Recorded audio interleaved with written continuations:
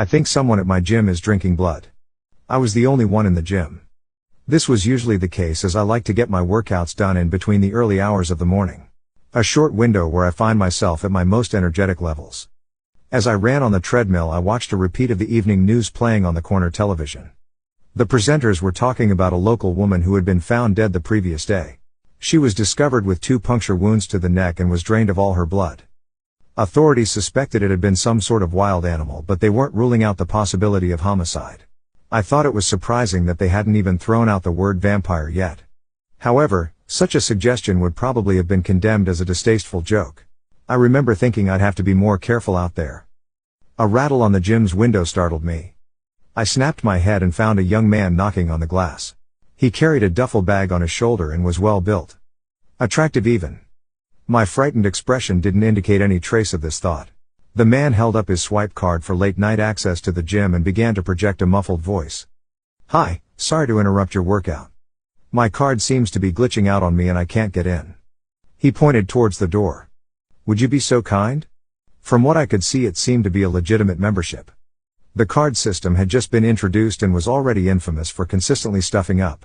Luckily, I avoided such a problem entirely. I had been fortunate enough to receive my own set of backup keys after being with the business for so long. He flashed me a pleading look. I wasn't used to having company at this time.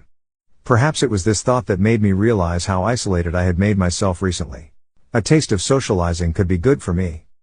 I gave him a small nod as I switched off the treadmill and sauntered towards the door. The man was very appreciative as he entered the reception and introduced himself as Sam.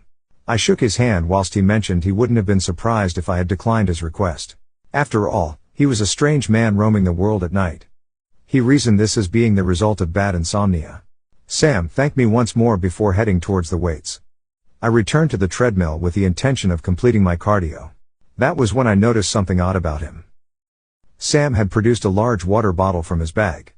One of those giant cylinders that could easily hold 2 liters.